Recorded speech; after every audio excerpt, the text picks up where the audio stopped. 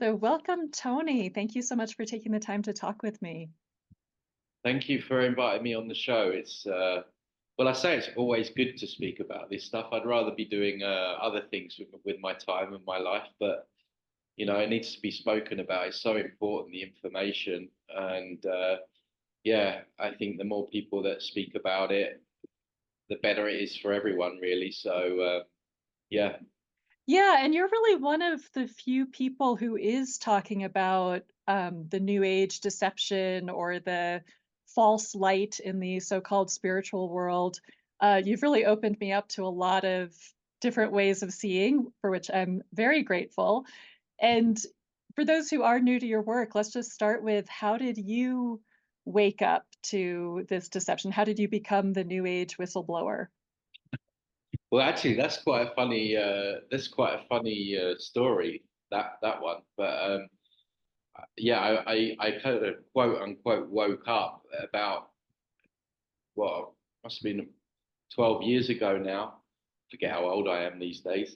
And it was really out of boredom. I was doing a corporate job in the UK, and I was just working crazy hours. And one night I just come back after an argument with my boss, and I was like, what am I doing? Like, is this my life forever, just slaving away for this asshole? And like, excuse my French. And I just felt, I don't know, I just felt like there had to be more. It just didn't make sense. I just felt, yeah, really, yeah, just really bored with everything and stressed. I mean, the pressures of, I was in sales at the time, and it just got me asking questions that I probably never asked in my life. Why am I here? What is my purpose? Is there a God? And all this stuff. And intention, such a powerful thing. I put that intention out there, and all of a sudden I would stumble across all these videos and found out about 9/11 and the fake moon landing and et cetera, et cetera, et cetera. And that went on, and you go down the rabbit holes, as we all have. And then you start finding out that, the horrific stuff that goes on with children and things like that. And I came to a crossroads at that point where it took me a good few, well, not even that long really. I think I always knew that what I was seeing was the real truth. And then at that point I was like, okay, I got a decision to make here. I either just keep this information to myself, or I just start speaking about it and letting other people know what I found. And that's what I did. And there was two things I never forget, the insight that came to me. And it was like, you're going to lose a lot of people, and you're going to give up your life, right? And at the time I thought, oh, I don't know if I want to give up my life. But now I know what that meant. It didn't literally, well, not yet, fingers crossed, didn't literally mean that I was going to get, you know, taken out. It meant that my life was to become involved with all of this. And this really is what happened. And so I went and I started groups, and I was attending marches and in London, march against Monsanto, and did all this stuff. And then I kind of touched on, like, I would never say that I was totally new age. I was definitely leaning into like the whole spiritual movement, but I wasn't like fully engrossed like some people were.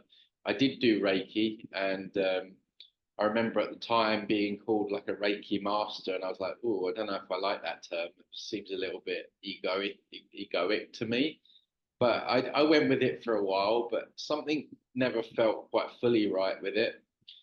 And and then when I really got into what I would say where these issues are really coming from, which is the astral realm, the fourth dimension, and the entities that reside there, and the that's where it's really at. Because part of my intention was I didn't want to just find sort of like some truths. I wanted to get to the root cause of where everything was coming from. And that's really where my life led. In terms of the astral and the entities and all that stuff, that came with my own psychic attacks, from a group of military people, because I put a video out that they didn't like, and they were sending me death threats. long story short, I didn't really understand psychic energy at the time, but when someone thinks a bad thought about you, or a lot of these guys wanted me dead, I was saying they weren't heroes and all this stuff. I really went for it for them in that sense. But yeah, I had probably thousands of them because this video went viral, hating on me, and I just felt really off for weeks. I felt my anxiety was through the roof. Not because I was like scared of them, because it wasn't that at all. It was to do with the energy that I was being sent, the psychic energy, because that's an attack on your energy field when someone hates on you or wants you dead, that sticks on your energy field. And yeah, one thing led to another. I was trying to feel better. I tried all these detoxes and all this stuff, and nothing worked. And I was like, something's really not right here. Don't know what it is.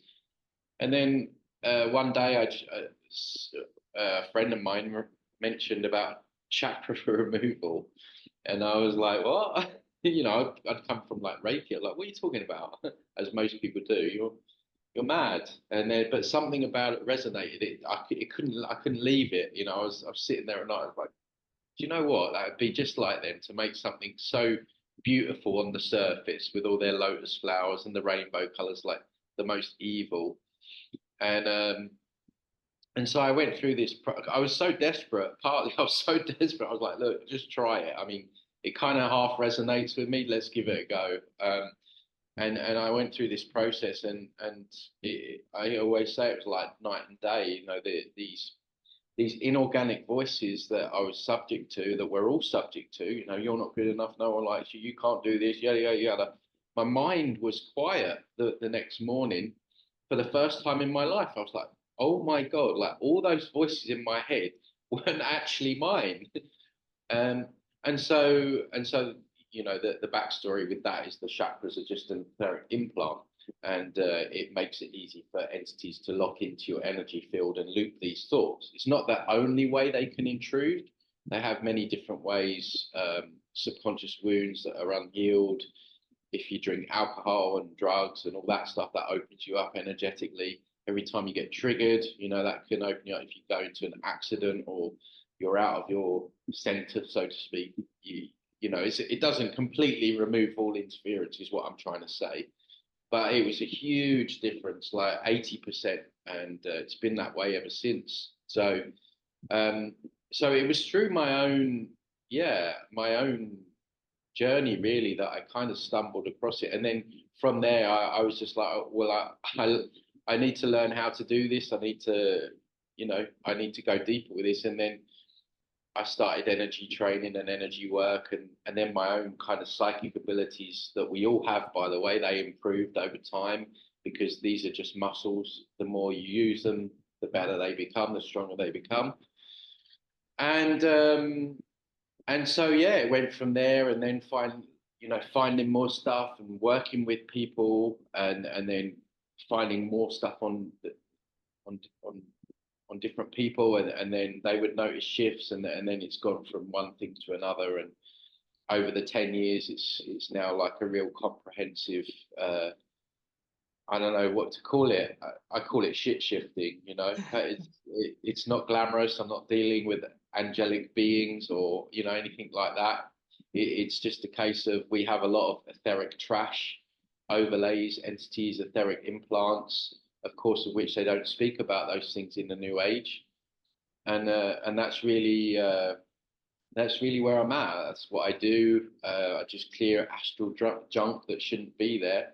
And of course, at the same time, it clearly made me see just how deceptive all the New Age nonsense was.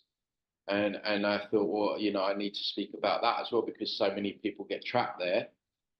It's like a cul-de-sac. You wake up, quote unquote, and you start learning about how we've been lied to and everything. And then automatically what happens, you fall into what I call the next layer of the matrix, the next spider's web.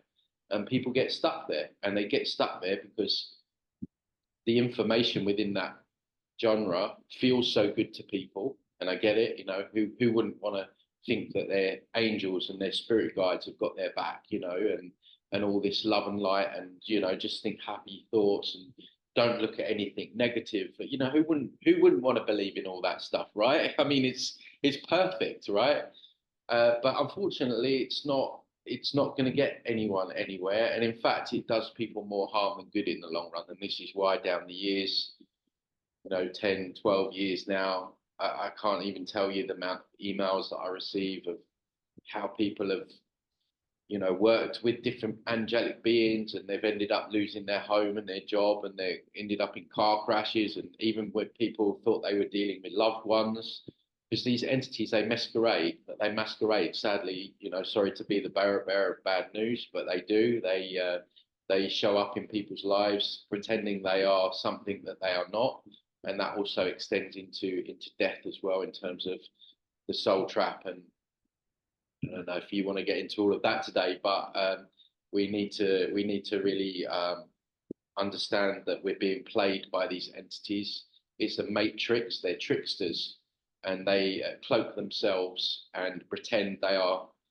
They're wolves in sheep's clothing, and you see the same expression coming through our politicians. It's like they'll stand in front of thousands of people, or millions in terms of TV, and they'll come across like they're on your team. They're going to do this, that, and the other for you. I mean, how many examples have we got down the years of these? I mean, why people still vote? It's just beyond me. But they'll stand there, and what they'll say sounds good, and they use all this mind control, where they'll repeat things, and they'll keep telling you that you're free over and over and over again. You have freedom, and so they're actors, and they're actresses, and they're masquerading. They're pretending to be on Team Humanity when in fact they're on Team Evil. And the same thing's going on in the astral realm.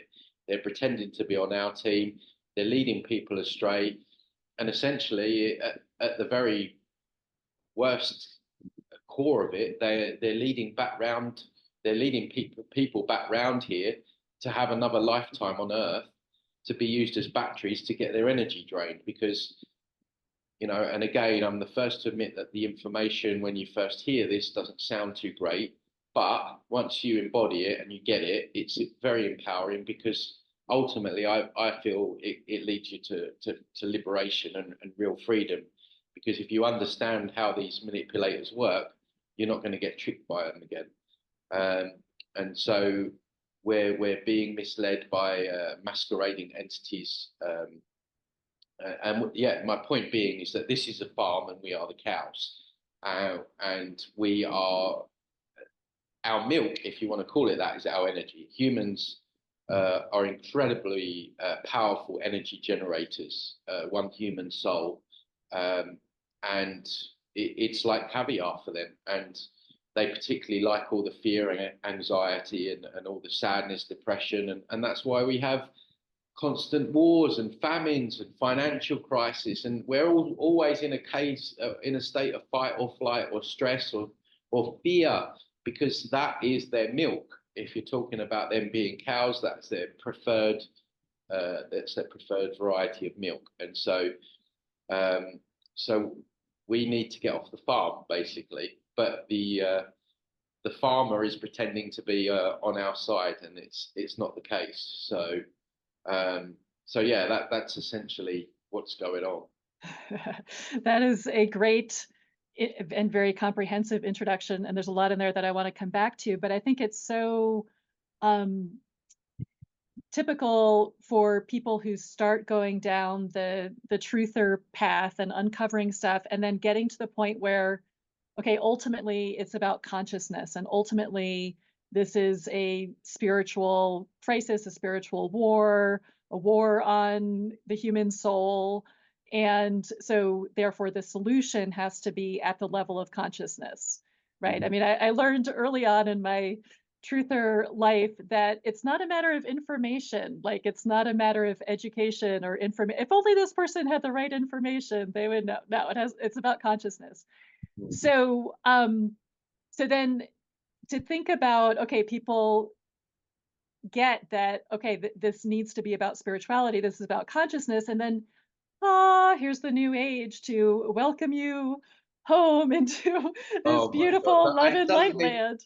Doesn't it just do that? And you, in your excellent book, The New Age is the New Cage, you describe the New Age as the last honeypot before the gold mine.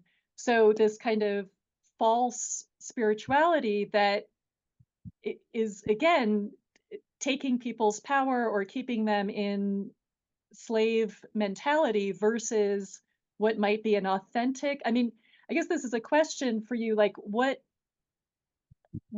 does authentic spiritual connection or authentic awakening consciousness look like versus the deception?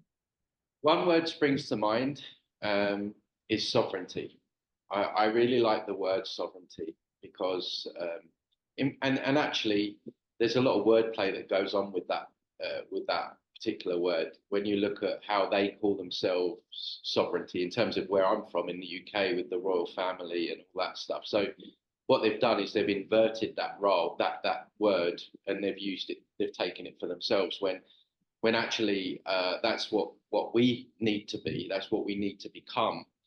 And with that, it's with that word, I would so I just said on my latest YouTube video that I don't even like the term spirituality anymore. It's so corrupted, that whole scene, that I don't even like that the only real truth within that scene is that we're energy and that we don't die. And what they've done is they've sprinkled it and they've peppered it with bullshit, right? And that's what they do. They take truths and they pepper it with all the lies, right? And then they present it to you, and then people gobble it up, right? So it's very clever, and I always say that I don't like what they've done, but how they've done it is actually, it's almost genius, right? So sovereignty for me is where it is. Now, what does sovereignty that mean? It means taking responsibility. It means not being a victim. Okay, we've all had stuff in our lives that maybe when we were children that were out of our control, but it's our responsibility to do the work and get over that. And I would also say courage as well, speaking your truth, speaking up against the corruption and the things that are not going on, that shouldn't be going on in this world. It's all those kind of real, authentic embodiments that I would describe, which surrounds sovereignty. But the new age knocks that out of people. You give up your responsibility. Angels are going to sort me out. My guides are going to tell me what to do. Don't look at any negative things because you're going to draw more of it in, which is complete deception. Because the best example I always use is if I break my leg, I'm not going to leave it hanging, right? Because I'm just going to get gangrene and probably may even die, right? But they've told people that if there's a problem, don't look at it because you draw more of it in. It's absolute horseshit. If you ignore problems, they get worse. And but people, because they don't want to speak up or they don't want to do the work, or it's just so far easier for people to say, well, if you look at that stuff, you're going to draw more of it into your life, right? It's just crazy, the whole idea that we should never get angry, like there's a place for righteous anger. Righteous anger drives us into great change.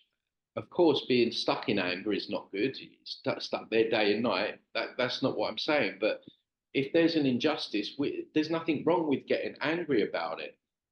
That the whole idea that we shouldn't be judging things, judging people, like, oh, you can't judge. I mean, I get it all the time from these new ages. I'm like, oh, you're in judgment. Yeah, damn right I am. We need to be judging. We need to be judging more than ever because we have been deceived so badly and lied to so much.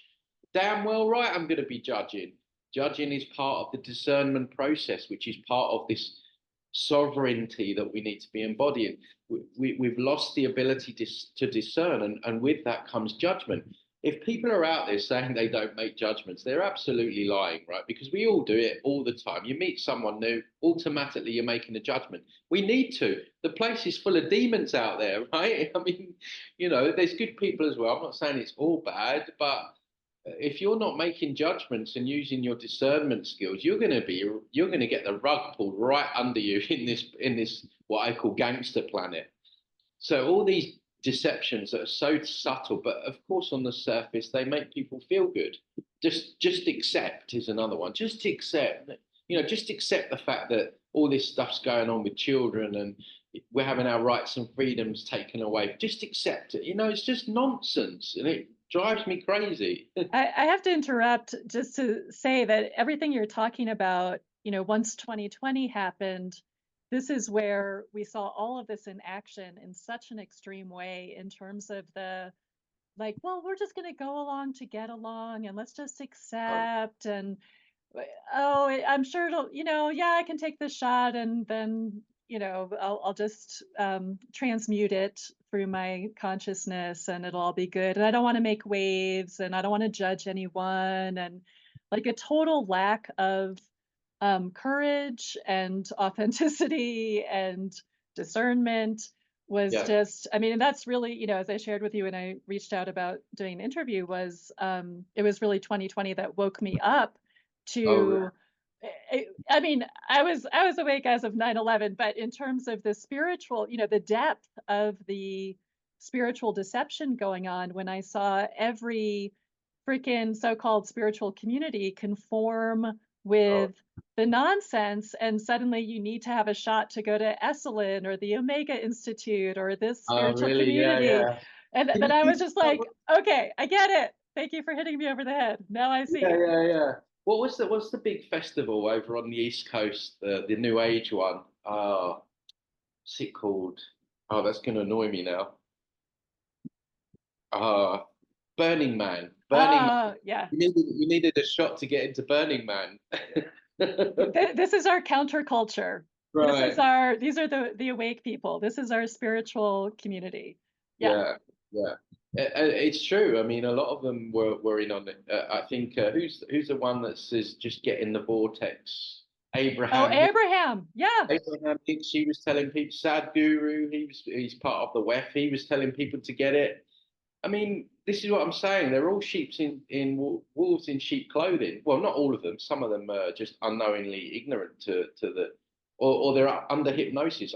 I strongly feel that the New Age spiritual scene puts people in a trance. It's a big cult, and even the energy that people are tapping into, I refer to it as like a false light frequency. And it's like a false light energy grid that people are tapping into. And this is why when you speak to a lot of these people, I don't know if you met some of these people. I remember there's a very big New Age community down in the south of the UK where I'm from called Brighton. And I met this guy once, and I can't remember what he was into, but he was heavily New Age. But I was talking to him, and his eyes were glazed over, and he was like, "Yeah, man." It's like I'm like this dude's in a trance, right? And that's the energy that a lot of these people work with. I tried to do a review once of a woman called Amanda something. I forget all their names, but she's quite big out there, and because I recognize this frequency and with the work that I do, I know I have to clear it a lot from people that have come from the New Age. But I started to review her, and about 5 minutes in, I noticed that I started to feel this kind of light hazy feeling, and I know it straight away. I'm like, whoa, she's embedded some frequencies in this video. This is why you have to be careful with what videos you watch with these people, because some of them embed frequencies. And so I'm 5 minutes in. I'm like, whoa, I can't put out, I can't even put that out there because if I put that out there, people are going to get hooked in on that frequency. So I ended up doing a separate video on her saying that she's working with these frequencies. So it's a real mess out there. It really is. And this is why people come to me having spent hundreds and thousands of dollars, feeling no better at all on all these light language courses and connect with Archangel Michael and all this stuff. And 5, 10, 15 years and they're no better off and in a lot of cases they're way worse than they were before they started. So people need to be really careful with the stuff that, but of course it's all packaged so beautifully. They sit there with the crystals in the background and they talk about rainbow bridges and the new earth and 5D, and it's just, it sounds wonderful, especially if you're stuck in like in a farm, like in and you've got all this trauma. You had trauma when you were a kid, and you know, like, of course, people are looking for things to escape, right? And they know that. This is why it's so clever, because they know people want to try and escape themselves, and they've set it up in such a way that people can just go to this fantasy land. And this is why, like, a lot of people get triggered by my work, because I'm coming along and I'm booting away the pillar that they've been leaning into for 5, 10, 15 years. And so I get a lot of kickback from it, which I don't care about. But people have to realize that those pillars that they're leading into, they're going to get taken away in the end anyway. So better me come along now and kick them away than you end up going into the soul trap and you've still got those pillars. And then at the very end, then they get taken away, and then your soul gets recycled back down here. So I want to come back to the soul trap, but I want to ask, do you think it's possible to connect with anyone out there? Do you think it's possible to channel in a way that's not destructive or harmful? And I'm thinking in particular about, I don't know if you're familiar with Tom Kenyon, who channels the Hathors, and he talks about his process of discernment and puts, if a being wants to work with him, he puts them through tests and whatever, and talks about there's a lot of negative stuff out there. But this is the other thing. We've always got Yeah. to be put through tests and lessons, right? This is what the New Age will tell you. You know, this is a school, right? Well, your memory gets wiped when you come back down here. So if it's a school, why is your memory getting wiped? But to answer your question, no, I don't. I don't recommend any channeled material at all. It's very dangerous, because if you do it, you're playing Russian roulette. Now, I'm not saying that there's not good beings out there in creation somewhere, right? But what I'm saying is, within this matrix, the fourth dimension, if you think of it like a football match, right? I don't know what you call it, soccer, maybe, right? So the fourth dimension is like you're going into the away ground. That's their home ground. You're going to play a football match in the away ground, right? So you're really in my experience, like 10 years now, working, clearing people, I've never found anything good there, right? I've seen a lot of things that masquerade themselves as good. I remember one session I had with a lady, I'll never forget it. I'm working on her and I'm clearing stuff and I'm clearing stuff. So I'm very much an ocean person. I'm a huge scuba diving fan. I love dolphins and whales and sharks and all that stuff, right? That's my thing, away from all this craziness. So I'm working on this woman and I'm just clearing, and then all of a sudden I see a shark, right? And I'm like, oh, it's a shark. And for a split second, I started to feel some kind of like, not love, but it's a and then I realized that's not a shark, that's an entity. And then I was like, you sneaky motherfucker, right? And then I cleared it, and then yeah, it was just an entity. And this is what I'm talking about. And that happens at the point of death as well. They will tailor this, what I believe, this AI God has got all your algorithms, and they'll be like, oh, so Emily, she was right. She was really into Archangel Michael. So the best chance we've got to hooking her back round is when she dies, will show up as Archangel Michael. So you die, you don't know any better. You go to the false light because everyone does it, right? That's what they're telling you to do on Netflix now, and with all the children's Disney propagandas, the film like Soul and things like that.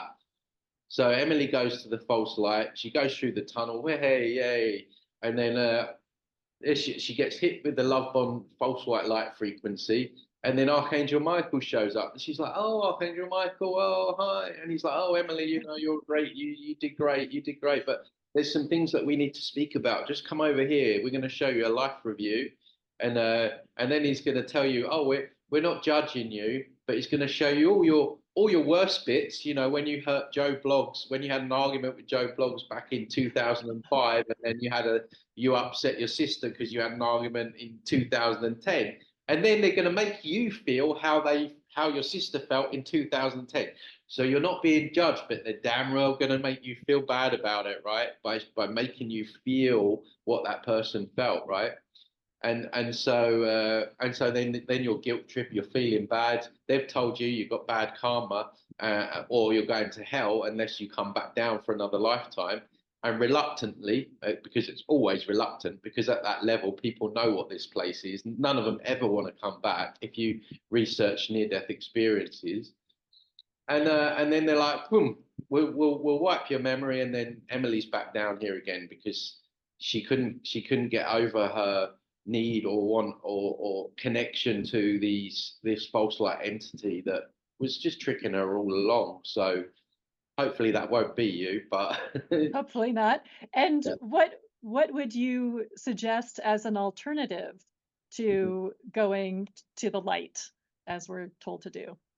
So on my channel, I've actually got a video that's, I think it's like what I would do at the point of death, something like that, and it's what I'm going to do. So I'm not telling everyone that's to do that. People can make their own decisions, but based on my research, working within that field, studying soul traps, studying NDEs, um, the solution is very simple. And sometimes people think that the solution should be really hard. I think there's other soul trap researchers that tell you that you've got to become the perfect person before you can escape this place. And any like bad thing about your personality or any bad habit you have to overcome, otherwise you come back. I disagree with that. I don't believe in karma. I feel that's just another trap and something that they use to shoehorn people back down here. Because where is karma in this world? You know, we have innocent people that get put in prison. We have children getting their limbs blown off. Yet we have paedophiles that run the planet. I mean, tell me karma is playing out the way it should be here, right? Now, I'm not telling people that they should be bad people, and I'm not telling people. I'm saying that be a good person, but be a good person for being a good person's sake. Don't do it for being, because you're scared of karma or Jesus or whatever. Anyway, your question. Yeah, so basically the way I describe it is our consciousness, we are in charge of a car, right?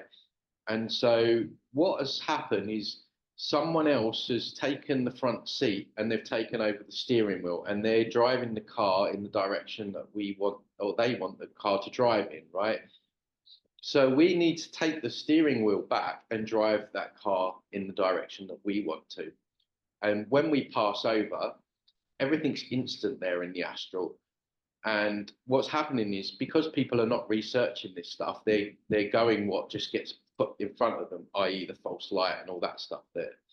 So essentially, what I'm going to do, I'm going to be very adamant, and I repeat it every day, is like I'm leaving here. I'm leaving this matrix, and my intention will take me to either a hole in the matrix, or I'll rip a hole in the matrix, or there'll be some portal that I can move through because my intention is so strong that to leave that's what will happen.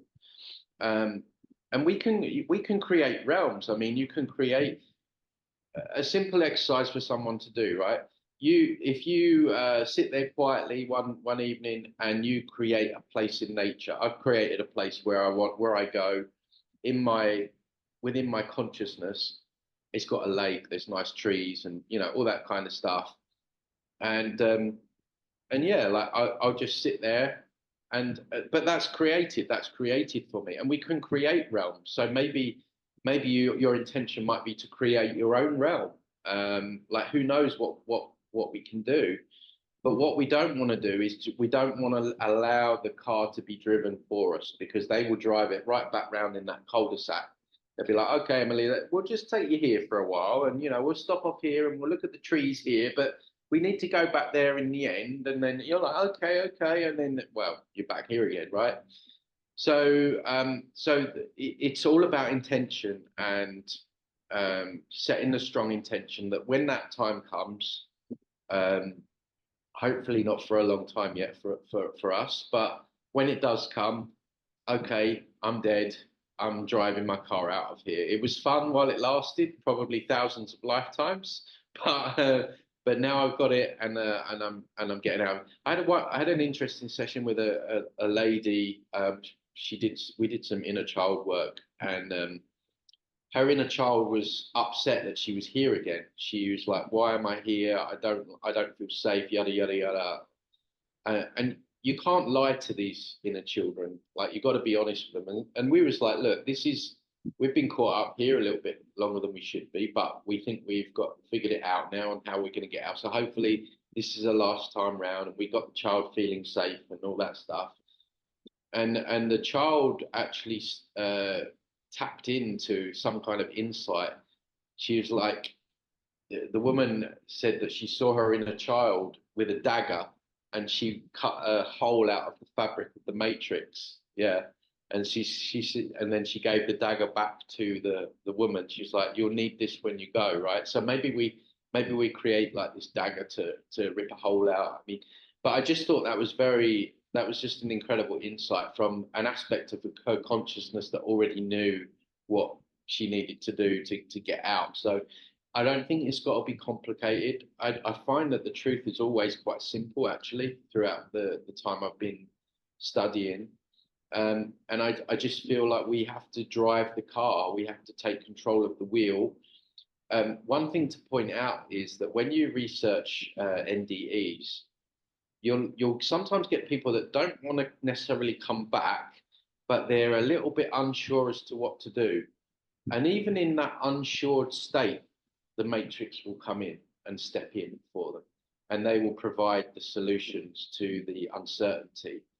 So we have to be very definite about what we're doing and where we're going.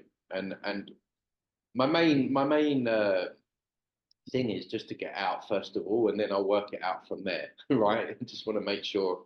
But I think even when we leave this realm, we have to be very discerning with any beings that we come across. I'm not saying that there's not anything good out there. Of course, there must be. But within this game, I describe it as a computer game. Within the astral realm, the fourth dimension, where people are channeling or meeting beings when they go off and take DMT and ayahuasca, don't even get me started on all that stuff, which is heavily promoted within like spiritual new age. It seems the thing to do, doesn't it? You know, you wake up and you go to the jungle to take ayahuasca, right? And people are getting all kinds of attachments, and they're coming away with what they think is great insight. Well, it's not. You're just seeing the next layer of the matrix. You're seeing into the astral realm, which is part of this game. We go way beyond that. So yeah, it's just a case of taking control of the wheel and driving the car out with intention. It makes me think about the dying process, which of course we have no, I don't know, education in how to die, right? And this is the only guarantee in life, is that we're going to die. But I think about morphine and how morphine is typically used when people are dying, and it's like, oh, we don't want them to suffer, and and I remember when I was taking care of my father as he was dying, and he initially said, I don't want, my father was a great truther. He's like, I don't want Oh, any really? of that. He didn't want any Right. Western medicine, nothing. But at the very end, I had some on hand from the hospice people, and at the very end, he did ask for it because he was suffering, right? But it just makes me wonder about how that might interfere with, or how that might facilitate people in being unconscious as they're dying and less able to Yeah. be intentional. Yeah, I've had exactly the same insights as you. Something feels off with that whole thing. Um, it's a very difficult one because I mean, I even said this the other day, like the whole idea of pain, like even just to go to the dentist, like why? Why is there so much pain involved? Like it doesn't seem right, does it? It doesn't seem right that we're told that there's this loving creator. Why would it, and you get the new ages say that God needs to experience bad things to make him understand himself, like all this rubbish, right? But it does seem, you know, it's something seems off with the amount of pain that we can potentially experience, right? And I definitely have had the same thoughts about I want to try and have a as clear as possible mind when I pass over. But it's kind of scary because we don't know how we're going to go, and I guess there's pain involved for every kind of. It's a very morbid conversation we're having, but it's one that we need to have, right? So, I mean, from my own point of view, I would say, yeah, the clearer that your mind can be, the clearer you're, I guess, going to be when you pass over. So, if there's other ways to do that, then maybe they need to be explored. So, but it's a very good question, and one that I'm totally on board with. It feels off to being like kind of a hazy kind of, yeah. Right. I mean, and I even, well, as long as we're having a morbid conversation, thinking about how euthanasia is being, assisted suicide is being encouraged more and Yes. more now. And I think, we're these kinds of practices are normalized first with our animals, Mm. right? And even I had two elder cats, and I did, toward the very end, I did have both of them euthanized. And at the time, I thought I'm helping them. I don't want them to suffer. And I've had a lot of questions about that since then, because it's my suffering, to watch them in pain is hard Yeah. for me, but interfering with their dying process, it really made me question, like, they're on a journey, and how do I know what they're going through as they're dying? And Yeah. by Yeah. giving them this drug, am I interrupting something important? Because, I like to think nature knows what she's doing, and Yeah. people have died naturally or, unnaturally or otherwise, but without drugs for thousands of years. So, But yeah. nature's, when you really think about it, I mean, everyone's like, oh, nature's so beautiful. It is beautiful, but it's brutal as well. It's absolutely brutal. I mean, we live in an ecosystem that consumes each other, right? I could go over to the ocean there. There's bull sharks in there. I could go for a swim. I could be bitten in half, literally. So nature itself is actually it's quite brutal, and so it just makes you wonder, doesn't it? To what this design actually is. But yeah, I think yeah, they definitely start with animals first and try and get it normalized. So yeah, I still don't know what the answer is to that. Maybe there's a way that we can train ourselves not to feel pain, or there's like maybe there's an implant, an etheric implant that makes us feel so much pain. Maybe Mhm. that's something I need to look into. Um, but it does it's a very important question. Well, and I think too, in terms of the implant, I think we're so implanted with the program to fear death. And so as we're approaching death, if we're in this total, freak out moment, then that's gonna not feel good in our bodies. And that resistance to the process probably helps create more pain. Um, versus, hey, I'm gonna get free. Here's my chance to get out of this, Yeah, get off the absolutely. farm. Yeah, and I as people get to a certain age, you can almost feel that they're starting to feel that fear of, you know, it's it's we have such they tell us that we're living longer as well. I mean, it's a joke, really. 70, 80 years old. I mean, I get the body is self-healing. If you cut yourself, if you just leave it, it will heal. It's incredible when you actually think about it. But medicine has got in the way, and all the stuff that they're doing with the food, the water, the air, and now the jibbies. So yeah, I think if we were left in more a natural environment, given the right sustenance, I'm sure that in past eras we've lived for hundreds of years. Who knows how long? Um, so yeah, I think there's a lot to ponder, and I don't have all the answers worked out yet in terms of the pain thing, and the morphine. It's stuff that I've been thinking about a long time. Um, there must be ways in which we can make it more. organic, if that's the right word, Right. and less traumatic as we leave this realm.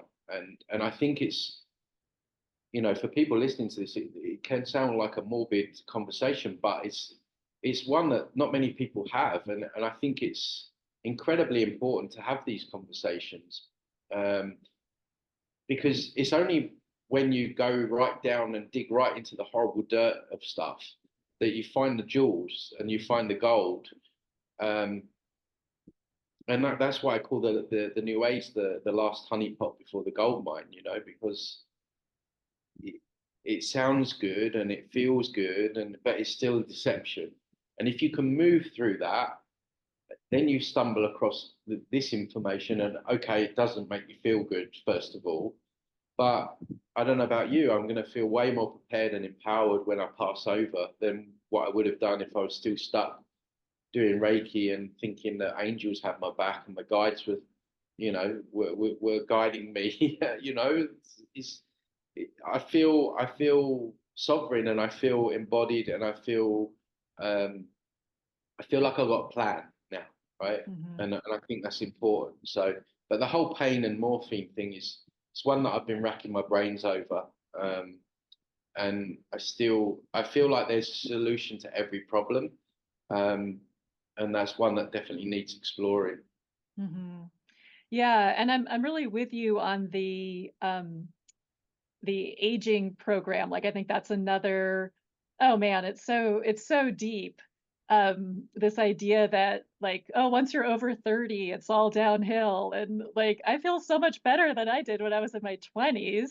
Yes. Um, and along those lines, I want to, just in case we haven't triggered people enough, I want to talk about diet Yeah. because I've heard you talk about veganism and your own experiment in vegan land. And I did a 17-year experiment as a vegetarian.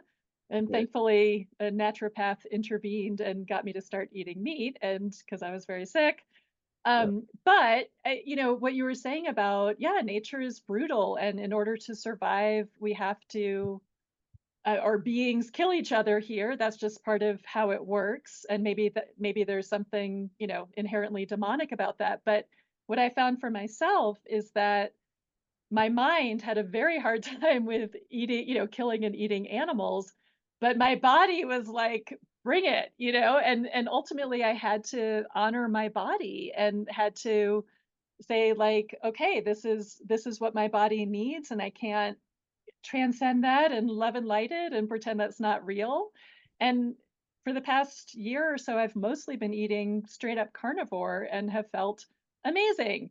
So Yeah. again, I can't argue with that. So yeah, tell me your thoughts about the vegan psyop and what you think's going on there. Yeah. Well, that one really got me on my emotions. I, st- I don't think you can watch one of those documentaries and not feel like complete horror. I still don't Right. agree with factory farming. I buy organic meat. I don't. I still don't agree with that. Um, but God, what a journey that was. Yeah, it was. Yeah, I was. It got me at a time where I was just kind of waking up as well to stuff, and everything was a lie back then. Everything we were told was a lie. I thought, well, okay, well, meat must be another lie, and then they tell you that you're eating the fear of the animal and all this stuff. They try and tie it into all that stuff, and then I was like, oh, that makes sense, and the thing is, because I was coming off a Western diet, and most people, if you're coming off a Western diet, I was, back then I was eating, what do you call it? Chips, we call them crisps, Chips, crisps, yeah. and all the kind of junk food. And of course, when you come off that, anything's better, really.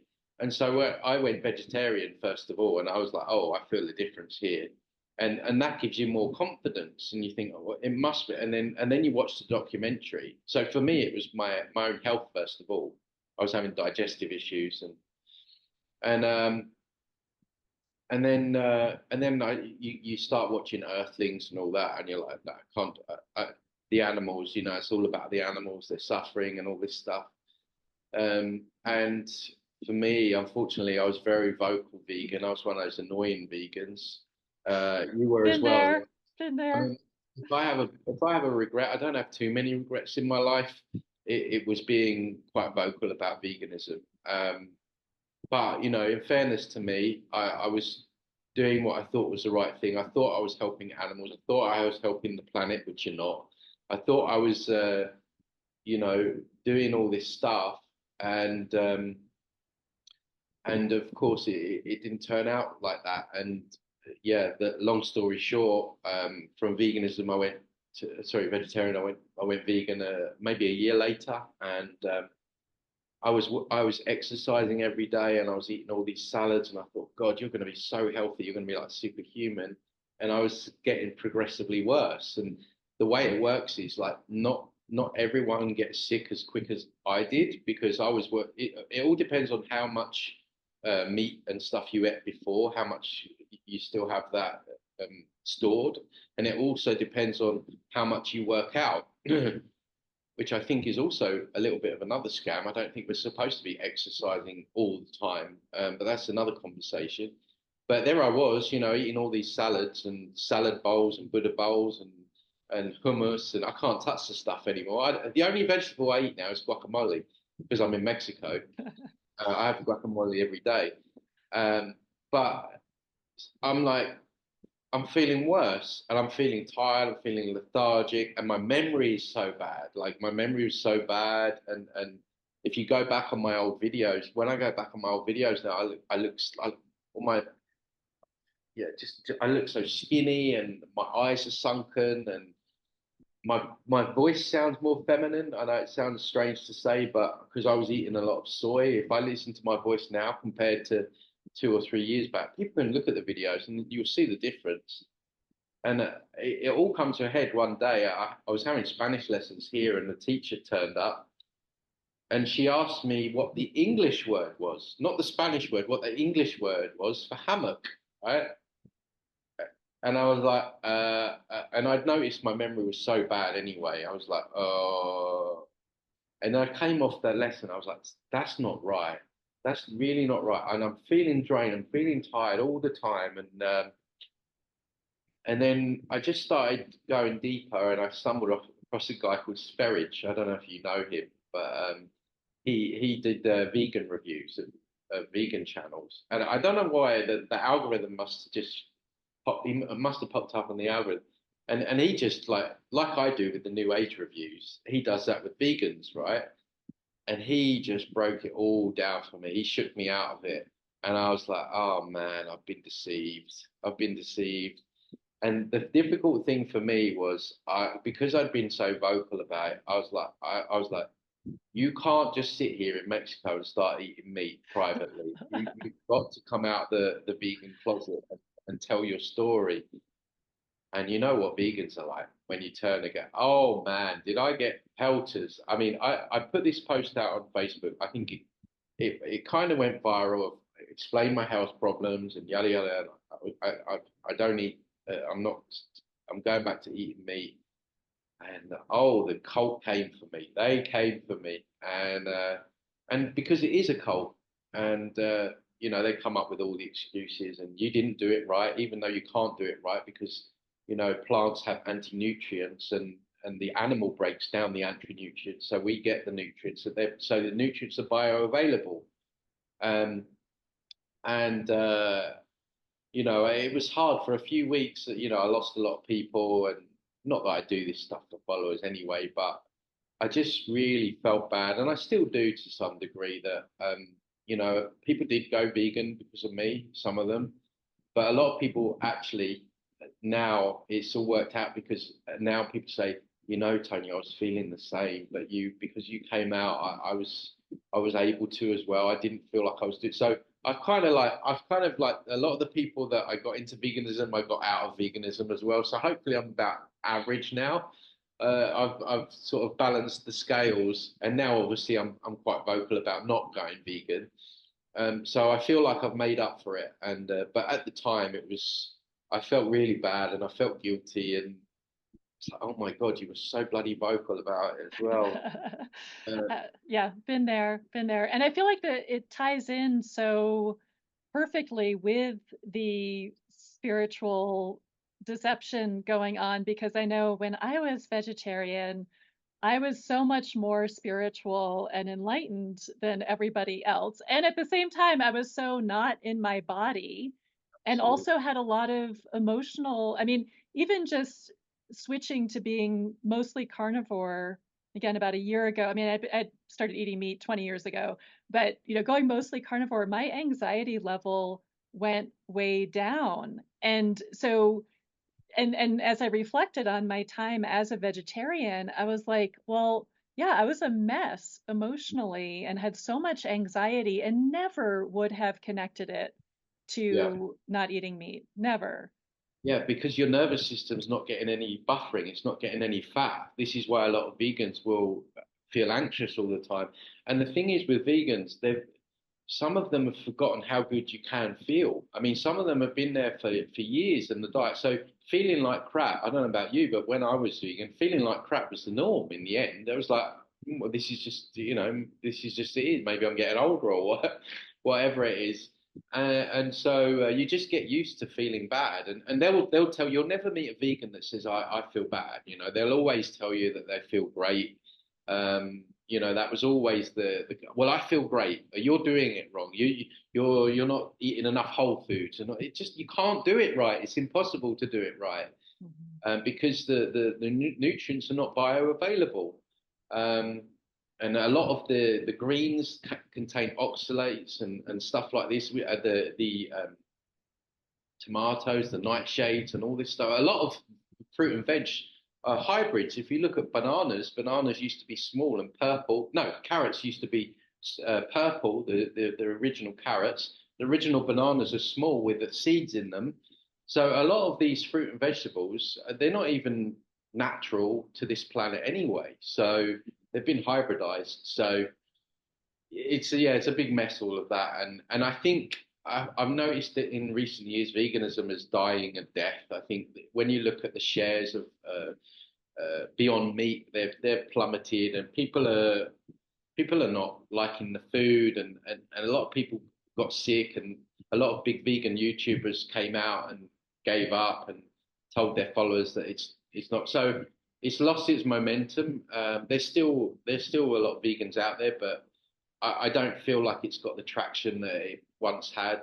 So hopefully, we'll go back to it. But yeah, I guess in an ideal world, it would be lovely for the cows to be our friends and all that kind of stuff. And it's still even now as a meat eater, it feels weird to think that we have to eat cows and lamb and stuff like that. But Mhm. our bodies are wired that way for whatever reason. It's the design of the body once again, the design of the body where we have to kill, we have to feel pain. Something's weird about it, isn't it? When you break it down to its core. Mhm. Mhm. Well, Tony, this has been fascinating and I could talk to you all day, but before I let you go, let people know what you're offering, what your services are, how they can find out more about your work. Yeah, well, all my work's on my website, which is transcendingtimes.org. I also have my YouTube channel where I break down a lot of this stuff, and I review New Agers and all that stuff. Um, but yeah, I do offer sessions, clearing sessions, and also a course in teaching people how to clear this stuff themselves, because really the best form of defense is attack with this stuff. And if you can become prominent in, knowing where to look and looking at what to clear, it's always the best way. And again, details of that is on my website. So that's the best place to find my work. Great. Thank you so much. I love your books. I bought 3 of them and I love your review videos. Books, Yes. just on the books, even Yeah. even a lot of the things in the books, the New Age New Cage is still consistent, but there's things in the other books that I may have changed my opinion on slightly. So I need to go back and do some changing on that, which is in the pipeline this year. But Mhm. Great. Well, I appreciate your work so much. Thank you for taking the risk of triggering everybody and pissing them off and, you know, popping their beautiful rainbow new age bubble. And yeah, any last thoughts that you want to leave us with? No, just again, like I know the information that we've spoken about on the surface can be deemed, I don't think truth is ever negative, but please try and keep out of your feelings and listen to what I've said. And a lot of people, I don't know what your viewership's like. I don't know whether a lot of them are involved in New Age, but when people realize that that whole scene is a scam, they go into like another awakening. After you have your first, you go into like a depression, or you can feel glum for a while, and it's almost like there's like a bit of a kickback with it when you really go deeper. And once you move through that, though, it feels good because, like I say, you've got a plan, you know where things are. I'm not saying I'm the bastion of truth of everything, and I get things wrong occasionally, as I did with veganism, but I feel like pretty much on point with a lot of this stuff. And yeah, just try and move through your feelings about what I'm saying, and feel the truth in it. And once you get over that hump, then it's actually really empowering, and I believe it leads you back to your own sovereignty rather than your spirituality. So well said. Well, thanks again, Tony, and take good care. Thanks for your work. Thanks for having me on.